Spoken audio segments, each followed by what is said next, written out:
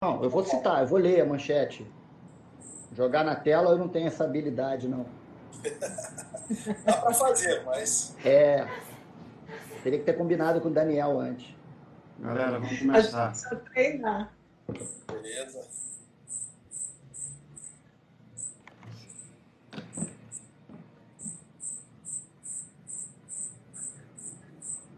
Assim que começar, já aviso vocês. A transmissão. Estamos no ar, viu? Boa noite a todos. Daqui a pouco eu vou chamar aqui os nossos convidados. Boa noite a todos. Estamos ao vivo aqui numa transmissão do Movimento a Petrópolis, né? Dando continuidade à série de bate-papos aí que a gente estava fazendo sobre as nossas... além da eleição, né? A gente vem aí conversando com vários convidados, né? E hoje o nosso assunto é sobre as queimadas, né? E educação ambiental. Então a gente está trazendo aí uma série de companheiros aí, que eu vou chamar um aqui agora para se apresentar, né? Eu vou começar com o meu amigo Renato, né, para ele se apresentar aí um pouco. Boa noite, pessoal. Tudo bem?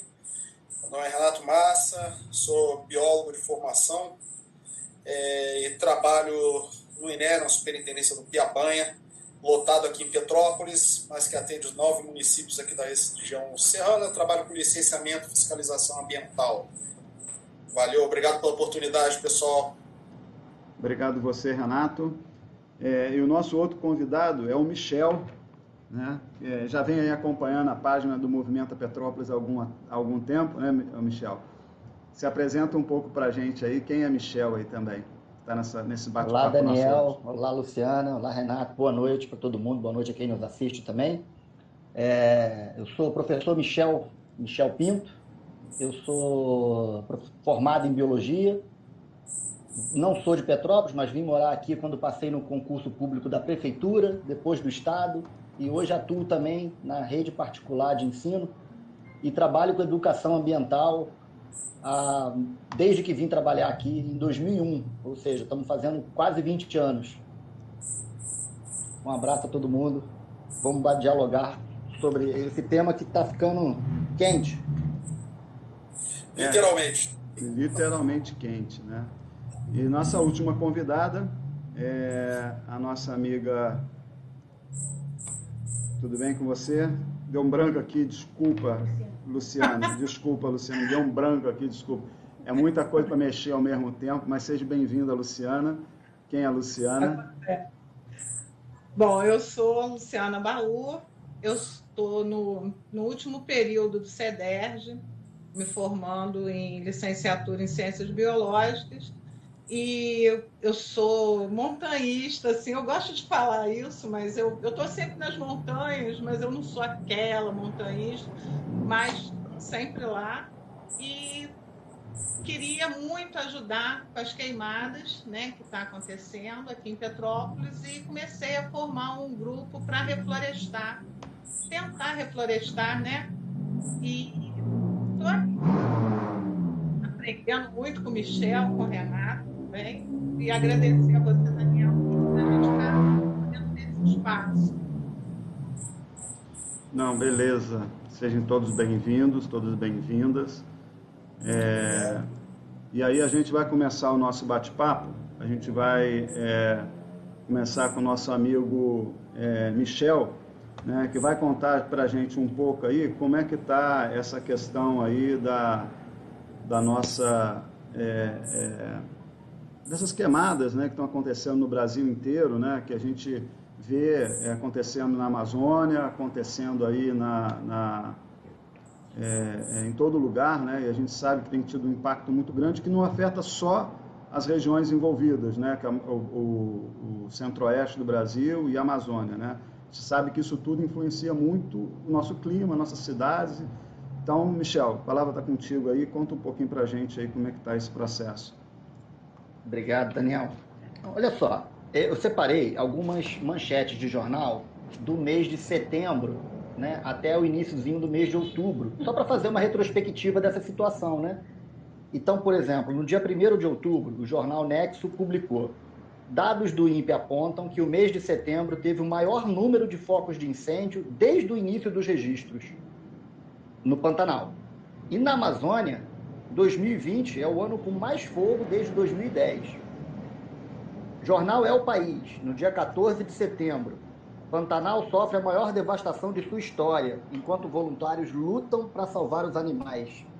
Essa cena ficou famosa, né? No dia 4 de setembro, queimadas já consumiram 12% do Pantanal. A tendência é piorar. Isso saiu na NatGeo, na revista NatGeo Eletrônica. Isso foi no comecinho de setembro, dia 4. Eu li recentemente que no final de setembro a destruição do Pantanal já estava em torno de 15% do bioma. E a gente está falando em um ano, no período, quer dizer, um ano são 10 meses, né? 15% do bioma queimou em 10 meses. Folha de São Paulo, do dia 1º de outubro. Fogo na Amazônia aumentou 60% em relação a 2019. No Pantanal, o aumento foi de 180%. No dia 15 de setembro, a BBC publica: multas do IBAMA despencam, apesar do recorde de número de queimadas. A gente deveria imaginar o contrário, né? Está aumentando queimada, o IBAMA vai lá, autua e tal. Queda brusca. Dia 27 de setembro, a Folha de São Paulo publica: governo federal divulga informação falsa de que queimadas é a menor em 18 anos. Então, essa aqui é muito interessante, porque essa informação ajuda a explicar a anterior. Por que o número de multas diminuiu? Evidentemente que o Salles está passando a boiada, né? A gente não tem um resultado em um conjunto nacional de tanta queimada e de tanto território, porque é importante destacar, né? Em relação a número de focos de incêndio, a gente citou aqui a Amazônia e o Pantanal especificamente, mas o número oscila muito, né, de um ano para o outro e tal. A gente está com uma comparação aqui de 2010, que o número de focos de incêndio está ali um pouquinho parecido com o de 2010, mas parece que o território que foi queimado dessa vez é muito maior, ou seja, o mesmo número de queimadas está provocando um dano muito maior. E isso provavelmente tem a ver com o desmonte, né, provocado por esse ministro, que desarticulou todos os instrumentos que o Brasil tinha, governamentais, de combate a incêndio, de preservação ambiental, o que se reflete no número pequeno de multas, por exemplo, né? Então, você tem menos agentes, menos fiscalização, menos ação de multa. E, inclusive, o negacionismo. Porque vamos lembrar que no ano passado, o presidente do INPE anunciou o aumento das queimadas já, e ele foi exonerado do cargo porque não gostaram da informação. A informação que não era do funcionário, a informação vinha do satélite. Ele só relatou isso, que era o papel dele, o papel funcional do INPE, é anunciar aonde tem queimada, quantas são e como para o governo se articular e combatê-las, né? Então esse é o cenário que a gente tem no Brasil hoje. E eu queria trazer a relevância dessas informações por um contexto que muita gente não entende, né? Por que se preocupa tanto com queimada, com destruição? Primeiro que queimada é uma maneira covarde de tirar a floresta, né? Se o cara usar motosserra, dá tempo dos bichos correrem, pelo menos, entende?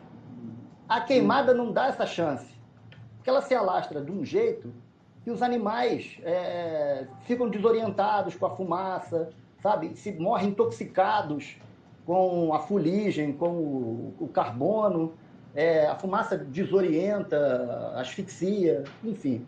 Então, é uma maneira covarde de atuar para provocar desmatamento. E isso tem um impacto especificamente no Brasil e no mundo, porque lá nos anos 80, a gente que tem maturidade, a gente ouviu lá nos anos 80 e 90 que a Amazônia é o pulmão do mundo, né? Mais experiência do que os outros, que são mais jovens, né? É bonito falar isso. É melhor do que dizer que está velho, o joelho doendo, mas enfim, volta aqui. lá nos anos 80 e 90, a gente ouvia que a Amazônia era pulmão do mundo, porque era muito verde, produzia oxigênio. Bom, aquilo ali, essa informação, essa expressão, ela está equivocada. A Amazônia não é pulmão do mundo. Mas tem provas já, confirmações, de que ela é o ar-condicionado do mundo. A temperatura média do planeta subiria muito se a gente tiver devastação das florestas, todas. E a Amazônia é um grande território florestal no meio do continente sul-americano. Ele ocupa 60% do território da América do Sul. Isso não é pouca coisa, né? E a gente, às vezes, não entende que essa floresta em pé, ela presta um serviço à humanidade. Muitas vezes a gente não presta atenção nisso, ou não entende isso, ou nega essa importância de propósito, né? O que é criminoso, porque alguém que tem informação e finja que ela não tem informação, ou negue por motivos escusos, é terrível. A Amazônia, a floresta amazônica, presta um serviço para a humanidade, na regulação da temperatura, na retenção do CO2, o que tem a ver com a regulação geral do planeta do clima. Não é à toa que existe um Fundo Internacional da Amazônia. Então, países como a Alemanha, Dinamarca e outros pagam o Brasil para o Brasil não desmatar a Amazônia, sabe? Para fornecer gasolina para as viaturas, para fornecer deslocamento, para fornecer alimentação, para fornecer equipamentos, porque esses países reconhecem ali um serviço que é essencial a toda a humanidade. E muitas vezes a gente aqui no Brasil, como a gente mora num país que tem muita floresta, às vezes a gente escuta as pessoas viajando, né? E vendo mata e dizendo, nossa, aqui não tem nada. Como assim aqui não tem nada? Se tem floresta, tem tudo, né? Um dos serviços essenciais que uma floresta presta ao mundo, ao planeta, à biodiversidade, é fornecimento de água. Hoje em dia já se usa a expressão plantar água, porque quando tem uma nascente secando, quando tem algum território que está onde tinha uma nascente, uma mina, e ela se reduz em volume, a primeira estratégia é reflorestamento.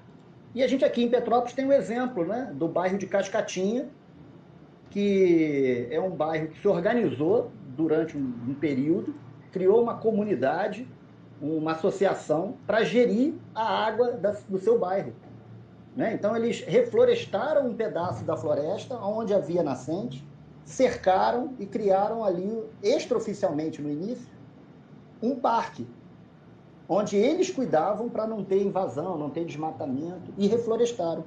E hoje eles têm ali uma fonte de água, né, que eles dividem entre eles até hoje, mesmo com a concessão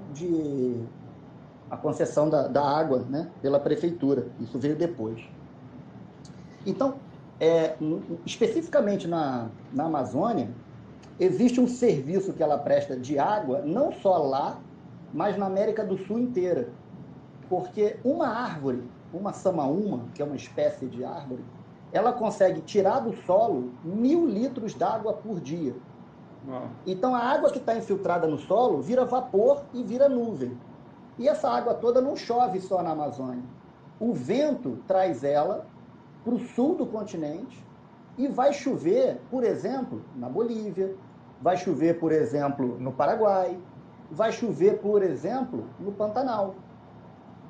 Então, provavelmente, esse período de estiagem que a gente está tendo agora, esse ano, no Pantanal, a gente já pode ficar se questionando se já não tem a ver com o resultado de uma diminuição da evapotranspiração na Amazônia, que está perdendo o território de uma velocidade muito grande, né? A gente tem tido algumas experiências exitosas de combate às queimadas, mas parece que o atual governo, nos últimos 2 anos, está desconstruindo esse propósito e essa atenção. E eu queria chamar a atenção também que esse rio aéreo que traz a água lá das florestas amazônicas para o sul do continente abastece o aquífero Guarani, que é o maior aquífero de água doce do planeta.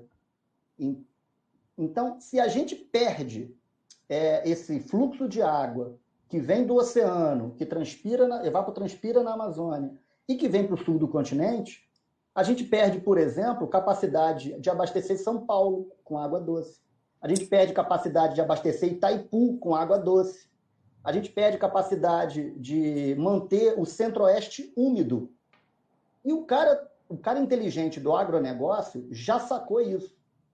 Ele sabe que o negócio dele, o cara que planta soja, por exemplo, depende de chuva. Então tem uma turma do agronegócio que é predatória, que não quer saber, que faz negócio à torto e à direito, desrespeitando lei, etc. Mas tem uma turma mais culta, eu vou dizer uma turma mais atenta, que sacou que a destruição da Amazônia pode significar para ele mais custo de irrigação. Então também... Nessa história, né? É muito intrínseco isso, né? Sim. E o abastecimento de água doce, Daniel, ele é essencial à saúde humana. Se a gente perde fluxo de nascente, de produção de água doce limpa, a gente vai ter mais gente doente, porque as pessoas vão passar a reutilizar a água, né? Então, você cria um problema social gigantesco. São Paulo passou por uma crise hídrica há uns 3, 4 anos atrás, né? E a gente viu que eles estavam bombeando água do volume morto. O volume morto é praticamente lama. No Rio de Janeiro, quando teve problema na estação do Guandu, né, que misturou esgoto. Então, quanto mais chove, quanto mais tem mina, quanto mais os rios são caudalosos, até esse problema de acesso à água doce fica minimizado, né? Porque a gente vai ter água, fluxo de água e mais limpeza. Então, eu estou falando tudo isso, e vou concluir agora dizendo que a gente precisa valorizar os serviços ambientais prestados pelas florestas, por exemplo. Não só lá na Amazônia, mas aqui em Petrópolis também. A gente tem um território municipal com uma cobertura vegetal preservada, porque a gente tem áreas de preservação ambiental nacional, estadual e municipal. E a gente tem visto também em Petrópolis, nesse mês de agosto, setembro, uma série de queimadas criminosas, né? E aí eu já não sei se eu posso, mas eu já estou doido para perguntar para o Renato se essas queimadas criminosas que a gente tem por aqui, algumas são voluntárias, né? Outras são intencionais, mas o Renato, que trabalha diretamente com isso, acho que pode falar melhor para a gente sobre como é que vocês têm observado e tratado esse problema por aqui. Valeu, Michel. Daniel, posso assumir esse pedaço? Pode, é contigo, já está contigo, já transferi já para você. Vamos lá. Michel, essa parte que você comentou, camarada, dos rios aéreos e sobre o ciclo da água, a importância da água e um bom histórico sobre a crise hídrica que nós vivemos alguns anos atrás e da qual não nos recuperamos, sempre gosto de salientar isso. Quem trabalha minimamente com alguma coisa relativa a crítico-aquíferos, a gente sabe que, na verdade, nada está... você não conseguiu fazer recarga do pós-crise hídrica da maneira que era antes, não. A gente está trabalhando com os reservatórios bem menos cheios do que no passado recente. E vai precisar de muito menos problemas para a gente passar por uma crise hídrica mais extensa e mais complexa do que o da última vez, que quase parou a cidade de São Paulo. Talvez algum de vocês não tenha essa noção fora das notícias, mas eu estive por lá na época, em São Paulo, tenho familiares lá, eu sou de São Paulo, eu sou de Ribeirão Preto, e a gente viu que a situação era bastante preocupante. Exigiu, na verdade, praticamente a união de órgãos públicos, seja de meio ambiente e de outras expertises, para se discutir soluções nunca antes pensadas, como transposição de rios, soluções que eram emergenciais, mas a gente não pode pensar sempre na resposta emergencial e pontual para solucionar uma crise do momento. A gente tem que planejar, a gente tem que se preparar, a gente tem que aprender com as crises, né? Não adianta você passar por uma crise hídrica, passar por uma situação complicadíssima e não aprender nada para o dali em diante. Até porque você responder a crises sem ter planejamento faz com que você maximize custos, né? Você, na verdade, gasta muito mais, o governo gasta muito mais para resolver algo emergencial do que para prever esse algo. e isso é uma lição em termos de gestão que eu vejo que a gente aprende muito pouco. Há uma descontinuidade de governo para governo nas boas práticas referentes à previsão de eventos danosos ao meio ambiente, seja essa questão da crise hídrica, podemos pegar o exemplo de 2011 também da catástrofe, e diante da catástrofe de 2011 e 2008. Em relação às queimadas, gente, isso não é muito diferente, não.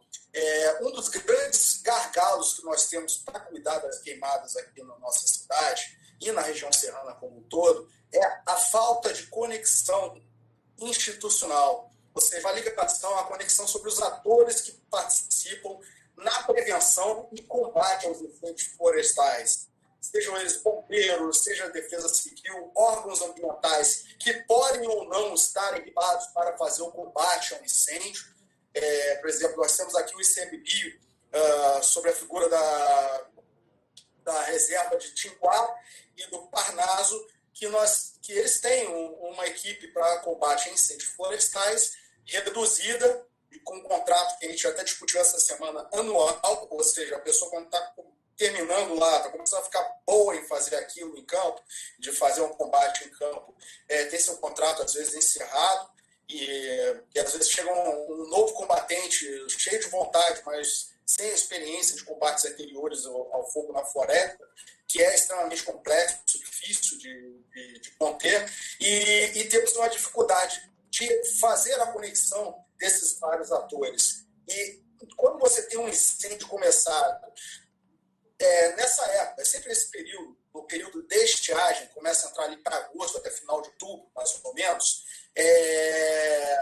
um incêndio numa mata seca, em um local de baixa umidade, e ao contrário do que a gente pensa, às vezes, em Petrópolis, você tem áreas que são bastante propensas à dispersão de fogo por baixa umidade do ar. Vamos pegar em Secretário, parte de Itaipava, Cascatinha. A gente está acostumado a pensar em Petrópolis com superumidade, não é bem assim. Você tem bolsões de ar seco aqui na cidade, se é que eu posso usar essa expressão de bolsão de ar seco, provavelmente está errado, mas dá para ter a ideia. Tem lugares aqui que você tem uma umidade relativa do ar muito baixa, e se você começa um incêndio ali naquele local, a probabilidade de você ter expansão muito rápida desse incêndio é muito grande. E quando você está tendo resposta a um incêndio florestal, qualquer minuto, qualquer meia hora que você perca de acionar, quem tiver que acionar para o combate ao incêndio, ou de organizar uma estratégia para você conseguir combater esse incêndio, cobra um preço muito caro.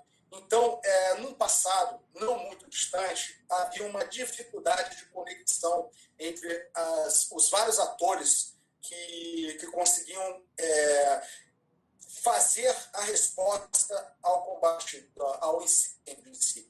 E, de uns tempos para cá, houve um inquérito civil junto ao Ministério Público Federal, no qual simplesmente foram chamados esses vários atores, independente dos órgãos a quais se representassem, e passou-se a ter reuniões periódicas nos quais eram discutidos quais eram os problemas que a gente enxergava em relação à resposta ao fogo ou ao combate, no sentido de prevenção, ou seja, medidas preventivas quais as mais práticas que fizessem que esses incêndios sazonais ficassem maiores ou menores de ano para ano. E aí a gente conseguiu resolver parcialmente o problema da falta de comunicação. Foi aberto um canal de discussões entre os vários órgãos envolvidos. Hoje em dia a gente tem uma conexão direta via WhatsApp, via e-mail, a gente consegue se comunicar e minimizar um pouco a dificuldade do contato interinstitucional.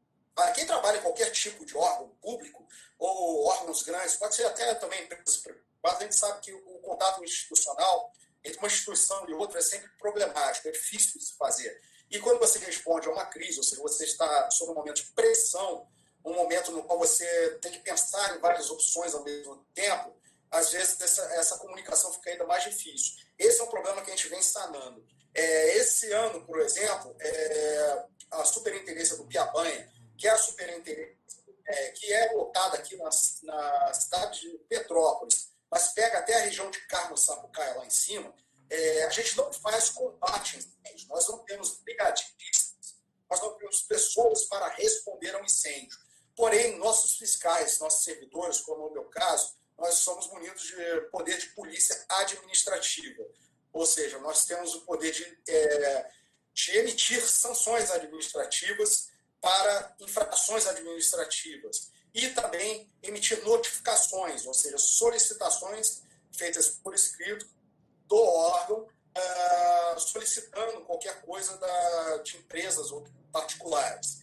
E fizemos uma parceria esse ano, nós temos uma equipe, na verdade, uma pessoa que está encabeçando isso na prática, no campo, que é uma advogada que trabalha aqui na nossa equipe da superintendência, que é a Natália, que está participando do projeto Fumaça Zero, que, na verdade, é uma força-tarefa que une aqui Corpo de Bombeiros, Guarda Civil de Carmo, Polícia Militar, Superintendência do INE, Piabanha, a nossa superintendência, correndo os diversos municípios na nossa área, alguns deles até fogem da nossa jurisprudência, são da Superintendência de Nova Friburgo, que pega outra parte da região serrana, e da nossa parte a gente dá um apoio logístico e um apoio também humano, né?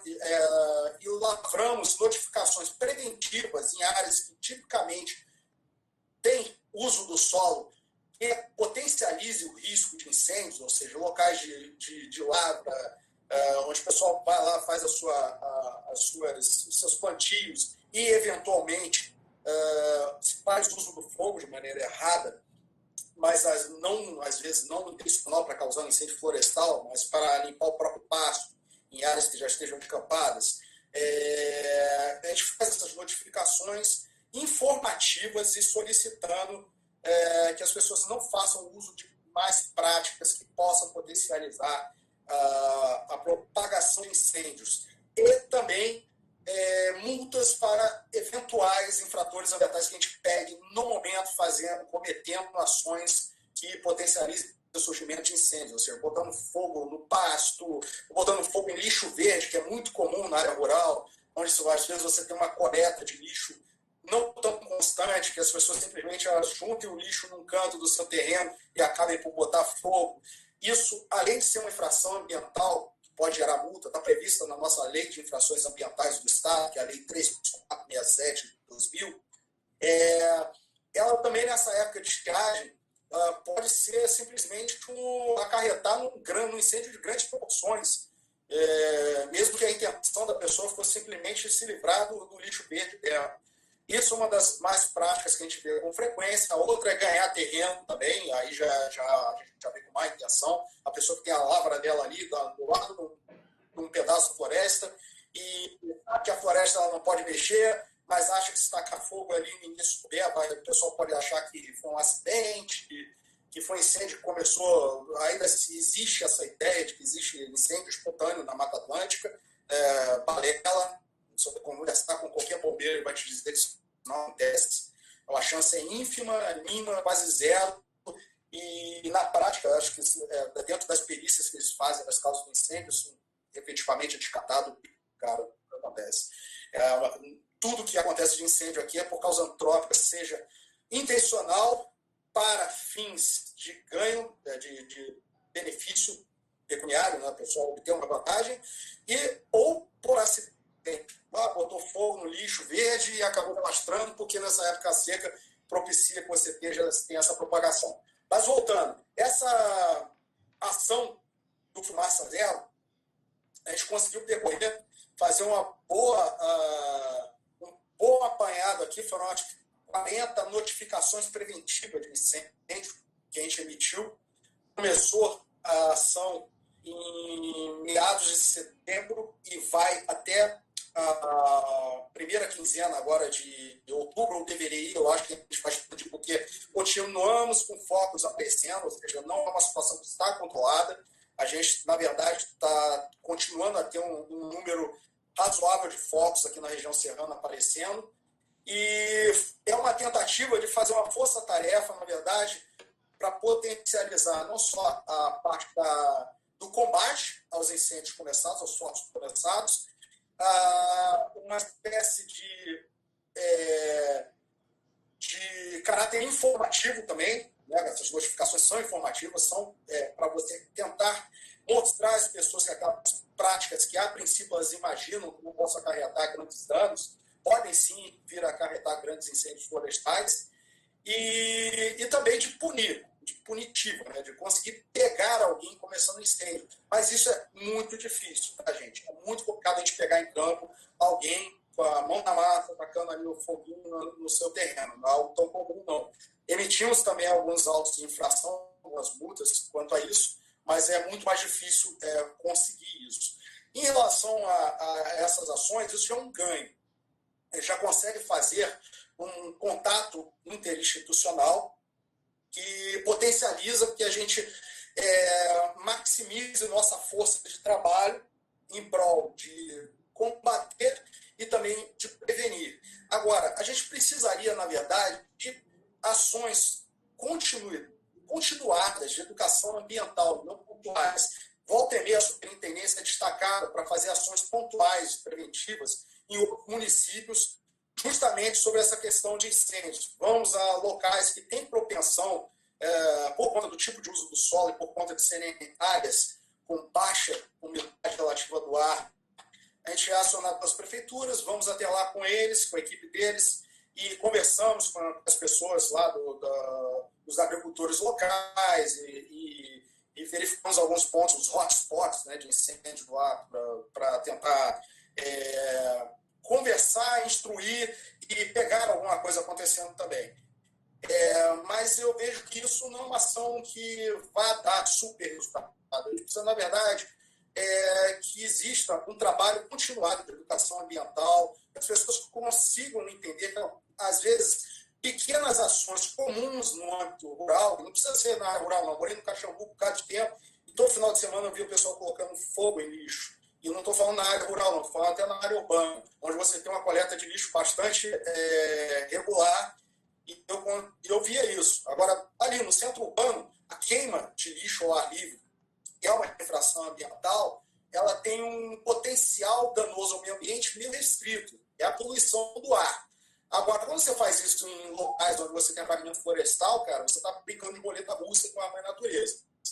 Você pode causar incêndios de proporções catastróficas por conta de uma bobagem, de algo que você sequer imagina que seja uma ação tão complexa ou danosa ao meio ambiente. Daniel, estou vendo que você está querendo comentar alguma coisa? Não, é porque a imagem congelou aqui para mim, mas pode prosseguir aí. A sua imagem está congelada, mas não está bom. Aqui para mim o Michel, inclusive, está aparecendo congelado também. Mas pode a Luciana também. Então, essas ferramentas que nós temos hoje para comunicação, como o WhatsApp, ou a possibilidade de fazer reuniões como a gente está fazendo aqui, esse tipo de reunião online, que está sendo potencializado agora pelo sistema de home office por conta da pandemia, é um instrumento, cara, que já existia, que a gente pode usar cada vez mais para fazer essa conexão interinstitucional e fazer com que nós tenhamos a nossa limitação, seja ela material, de viaturas, ou de falta de treinamento, como eu disse para vocês, a superintendência não tem lá, não faz parte da nossa atribuição de fazer combate a incêndios, nem tem treinamento, nem equipe, nem material para fazer isso, mas a gente tem dentro do órgão, por exemplo, os PACs, que tem guarda-PACs, e brigadistas de incêndio, como é o caso da Reserva Biológica de Araras, que é vinculada ao INEA, e esse contato, essa facilidade de você ter reuniões como essa, de colocar as dificuldades e limitações de cada órgão e instituição e tentar fazer algo colaborativo, e você pegar, o meu braço alcança até aqui, mas o seu vai um pouco mais longe dali para frente. Isso é um ganho em relação ao que nós tínhamos há poucos anos atrás, em termos de falhas institucionais para ter uma resposta melhor e uma prevenção melhor a incêndios. Agora, campanhas educativas são muito bem-vindas e a gente precisa, na verdade, não só em relação a incêndios, mas a outros problemas ambientais que nós temos com frequência na cidade ou na região, como desmatamento, ocupação de beiras de rio e caça, principalmente o pessoal, os passarinheiros, né, que é uma coisa que aqui na cidade é bastante popular e criminosa. mas que você vê principalmente em áreas onde as pessoas têm menos acesso à educação formal, você vê que as pessoas sequer conseguem entender aquilo como algo, uma prática danosa ao meio ambiente. Isso a gente só combate esse tipo de perpetuação dessas más práticas através de informação. Não é através de punição. A gente tem a ideia de que a multa, de você chegar e punir, é a resolução do problema. Na verdade, é enxugar gelo. Eu sou totalmente contrário dessa ideia que você tem colocado do governo atual, na esfera federal, de que existe uma indústria de multas. Isso é uma mentira deslavada, não existe isso. Eu já expliquei aqui, até para o pessoal aqui da live outro dia. Os servidores, eles não ganham nada por multa emitida, não faz diferença para a gente. Isso não vai voltar para o bolso de superintendência ou da unidade administrativa que está emitindo multa, tá? Não caiam nessa. É necessário para cair a situação, a sensação de que você pode fazer qualquer coisa e não vai ser punido, ok. Mas ela não é a resolução do problema. Emitir muitas multas significa, na verdade, que você tem muita gente fazendo infrações no meio ambiente. Você precisa de situação. Isso precisa ser entendido, precisa ser resolvido através de informação técnica acessível, de qualidade, chegando ao maior número de pessoas. E, de preferência, que chegue às pessoas não na hora da faculdade ou lá na frente, quando a gente já tem um pouco do entendimento de mundo, a gente está um pouco estragado, já está com 20, 30 anos de mais práticas nas costas. Tem que chegar a garotada, ao pessoal que vive lá, que são os filhos dos agricultores, que vivem nas áreas onde você tem mais e mais focos de incêndio, o pessoal que mora em Araras. Eu já dei palestras em Araras para a molecada, e eles têm uma relação muito curiosa de não veem com olhos tão bons aquela natureza abundante da região. Ainda se tem aquele paradigma de entender a natureza como um entrave a desenvolvimento, a emprego, a uma condição social bacana. E, na verdade, é uma dicotomia, um dilema, cara, que é totalmente ultrapassado, antigo, não faz sentido. Hoje em dia, você pode ter, sim, acesso a desenvolvimento, a emprego e a boas propostas de melhora das condições de vida baseada vida econômica, não estou falando de bem-estar, que bem-estar é óbvio que o meio ambiente é bastante importante, difícil não perceber isso. Mas em termos de bem-estar econômico, mantendo o meio ambiente ali. A questão da recarga de aquíferos e da questão da crise hídrica, não pensem que, por estarmos num local cheio de nascentes e rios, que a gente está em Colômbia, isso não. Tá? Aqui também estão com baixa nos aquíferos já há alguns anos. Isso tende a piorar. E a perda da cobertura vegetal, seja ela pelos incêndios que a gente está comentando, seja ela pelo desmatamento, impermeabilização de solo, novas construções, também agrava outro problema causado pela água, que é as nossas constantes enchentes e escorregamentos de terra em áreas frágeis, que muitas das vezes acabam acarretando em óbitos e perdas de vidas e perdas irreparáveis também de bens materiais para a população, principalmente a população menos abastada, que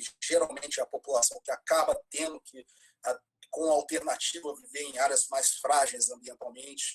Então, a questão do desmatamento e a questão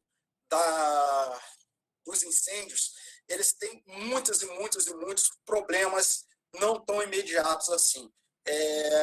Aqui a gente tem também, o Michel falou da forma covarde que é o desmatamento via incêndios, e a gente precisa sempre estar lembrando a galera que, gente, bicho não nasce assim do ar.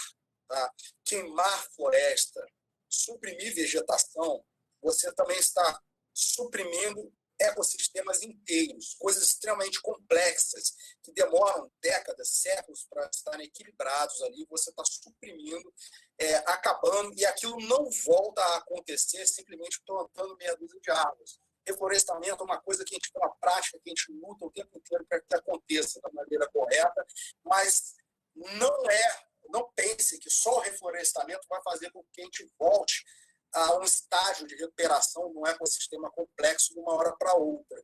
Então, se vocês pensarem que todo ano nessa época de estiagem a gente tem grandes incêndios que acarretam grandes perdas florestais, e que esses incêndios acontecem todo ano numa proporção muito maior do que a gente consegue fazer ações de revegetação, vocês não imaginam o quanto mais complexo é para você reverter a perda de biodiversidade, que é algo muito mais difícil de se resolver do que simplesmente estimular plantio, estimular boas práticas de reflorestamento. Ou seja, é uma situação que tende a gente não minimizar anualmente, a gente vai invariavelmente chegar num ponto no qual a biodiversidade vai ter dificuldade de se sustentar e de você manter ecossistemas extremamente importantes, extremamente complexos, que fazem a riqueza da nossa região. Sobre essa situação do reflorestamento e de educação ambiental, acho que eu já podia acionar a nossa querida Luciana para assumir e conversar aqui com a gente, certo?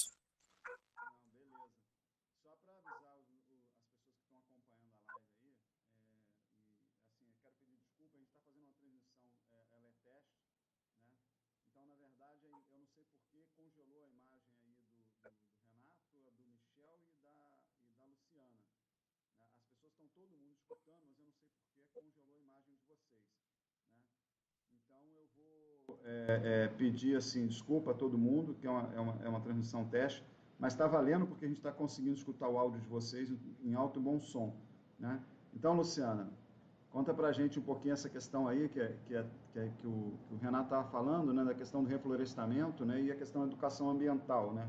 Eu acho que o foco maior por aí, né? Como é que a gente trabalha isso, né? Pois é. Eu bolei um grupinho, né, devido às queimadas aqui, e apareceu bastante gente querendo ajudar, tal, e marcamos de ver o lugar, né? Pegamos um lugar que tinha queimado há pouco tempo e o grupo foi lá ver.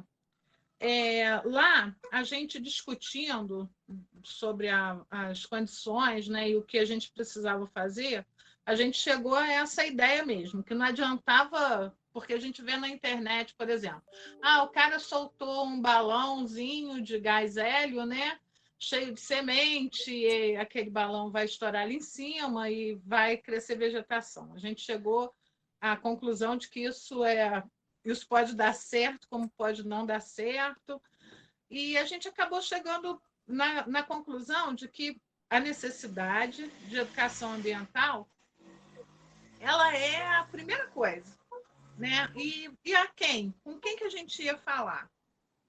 A gente entendeu que a gente precisava falar com aquela comunidade ali, procurar um meio de diálogo com eles, para que eles entendam o porquê da gente precisar manter aquela floresta ali, né? aquele pedaço verde, quais os benefícios que eles iriam ter enquanto sociedade, né? E até mesmo de lazer, e depois os desdobramentos, né? Aí vem a parte do ecoturismo, vem a parte de você ter algumas frutíferas no caminho. E aí o negócio foi esse, tanto a educação ambiental, tanto para as crianças na escola mesmo, e eu acho que a educação ambiental, eu fiz uma faculdade de enfermagem, né, antes, e eu sempre achei que a educação em saúde ela precisava estar dentro das salas de aula, né? Eu, quando vou dar aula como estagiária de biologia, que as pessoas sabem que eu sou enfermeira também, pô, eu faço uma fila de gente para me perguntar coisas variadas, né? Então, eu sempre achei que nas escolas precisava haver educação em saúde. E agora, terminando biologia, eu vejo que educação ambiental é assim tão importante quanto a educação em saúde. Porque, na realidade, as pessoas estão vivendo um momento e elas esquecem que preservar a Amazônia é preservar a água daqui de Petrópolis. né? Aqui em casa, na minha casa, por exemplo, tem poço artesiano. A gente, a cada ano, o poço vem diminuindo a vazão d'água. Tem hora que a gente fica realmente sem água do poço, né? E isso nunca aconteceu, a água sempre foi abundante. Então, quer dizer, está havendo uma modificação e essa modificação nos prejudica, igual acho que foi o Michel que falou. O cara tem que entender que se não tiver água em abundância, as doenças vão começar a pipocar e como é que fica? Só que você vai falar para quem, né? O que você vai fazer com o reflorestamento? Eu pensei em chegar lá e sair plantando. Mas aí depois, conversando com todo mundo, a gente realmente não adianta eu pegar uma enxada e ir lá e plantar uma floresta inteira se o pessoal não vai entender por que aquela floresta tem que estar ali. Aí a gente acabou conversando, todo mundo tal, aqui a gente já sabe que a gente precisa bolar um plano para colocar dentro da cabeça da pessoa, das pessoas das comunidades, da importância que é ter aquele lugar verde para tudo, mental, físico, espiritual, econômico, né? Porque eu sei lá, eu vejo um futuro, se isso não acontecer, eu penso num futuro triste para a gente. E a gente está vendo que as pessoas estão embaladas, é igual o Renato falou, que as pessoas lá de Araras pensam que aquela reserva ali mais atrapalha do que ajuda, porque a visão do capital, né, a visão do dinheiro que tem que ter, as pessoas não sabem a importância de vida. Vai dinheiro para quê se eu não puder ter água? Eu não quero dinheiro, eu prefiro água. Eu prefiro ter água. E eu creio que um monte de gente que tem conhecimento pensa dessa mesma forma. E a gente esbarra na questão da pessoa não ter, ela não consegue trabalhar as relações, né? Eu acredito que a gente precisa levar, né, o conhecimento para dessa parte de educação ambiental para a maior parte das pessoas que a gente conseguir. Associação de moradores, igrejas, escola, né? Na escola, a criança é um multiplicador, né? Também, se você consegue sensibilizar a criança acaba indo para casa e sensibilizando seus pais. A importância das igrejas que são que tem essa parte, né, que trabalham essa parte de estar correto, né, juntinho, com a ciência, direitinho. E eu sei que tem, né? A gente sabe que existem pessoas que ainda estão conscientes, né? E eu penso nisso, que a gente pode juntar uma turma e conseguir implementar alguma coisa que vá aumentar a consciência da pessoa nessa parte ecológica, né? Da pessoa se reconhecer como uma parte, né? do bioma ali, das florestas, da mata, do rio. Porque, sei lá, eu acho que, o Renato, a gente chega a 10 anos.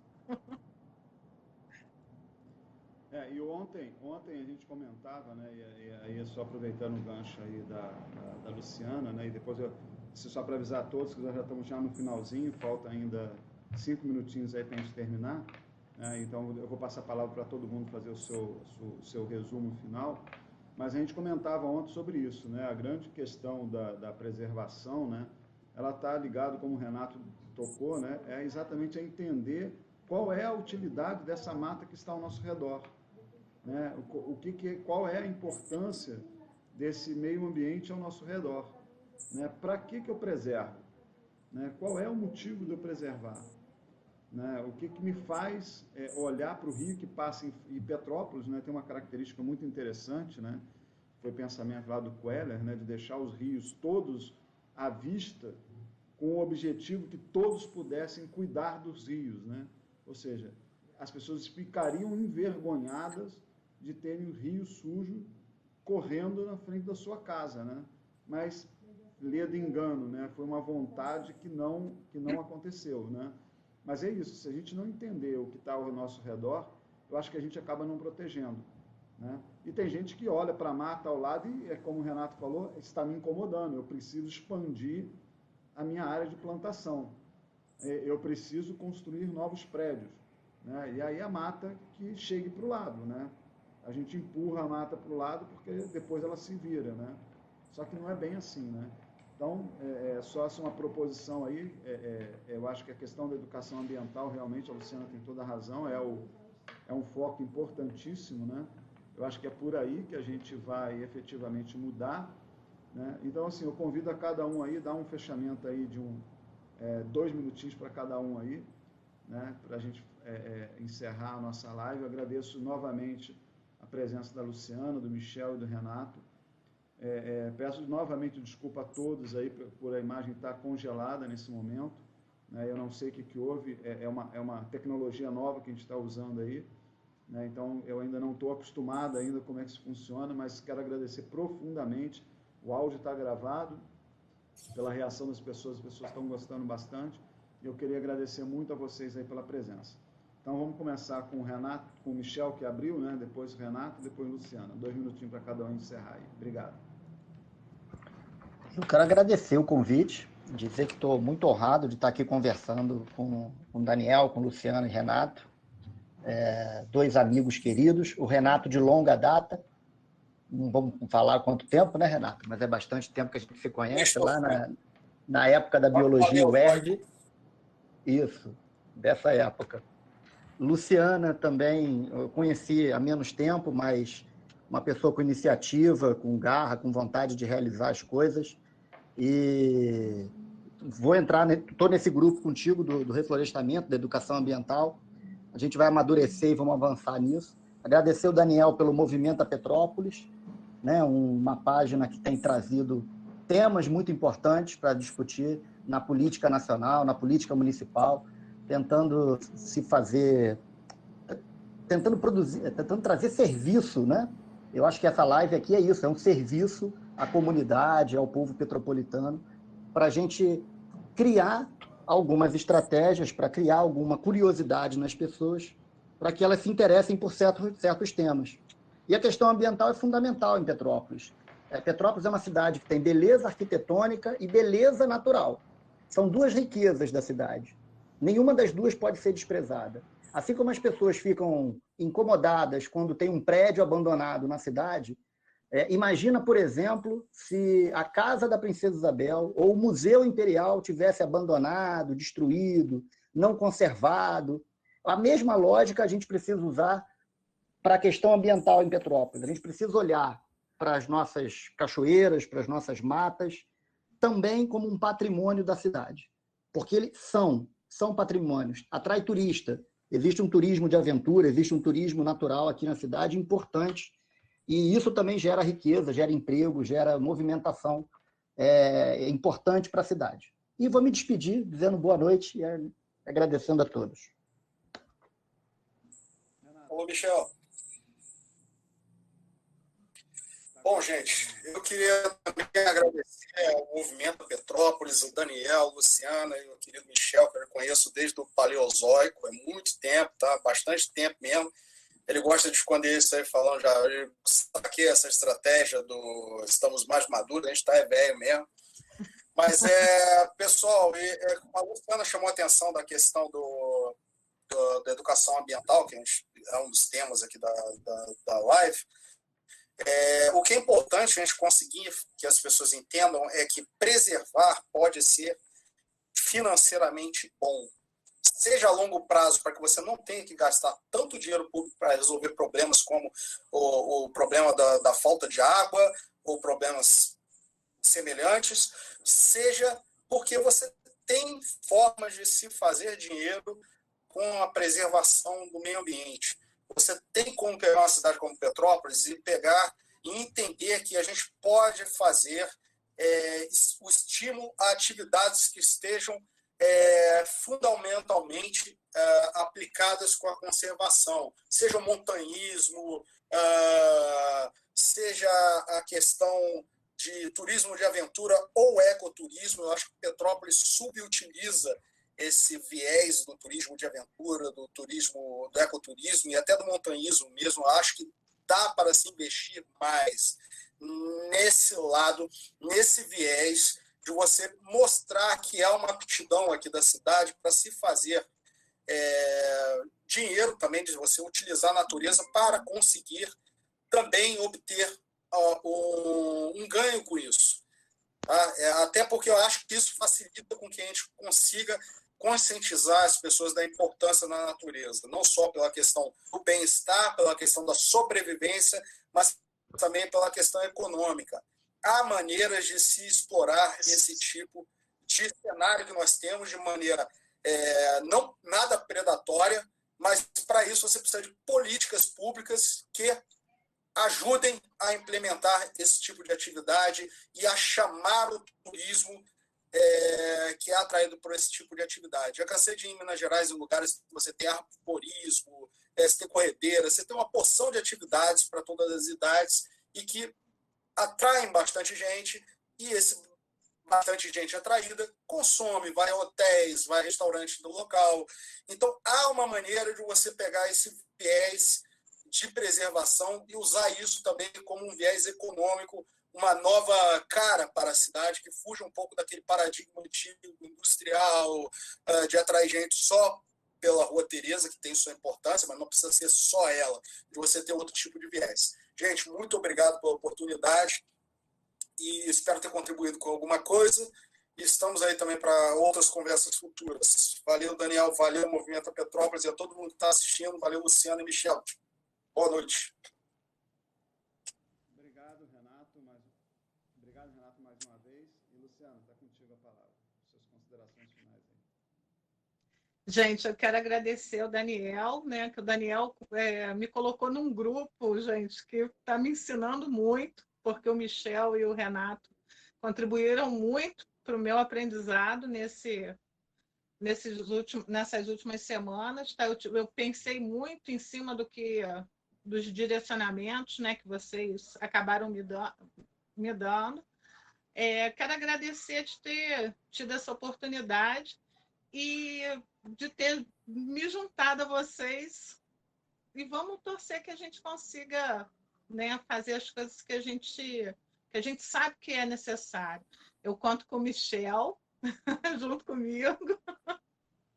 Estamos juntos, né, Michel? Então tá bom. E o Renato também, né, ajudando. E Daniel, muito obrigado, tá?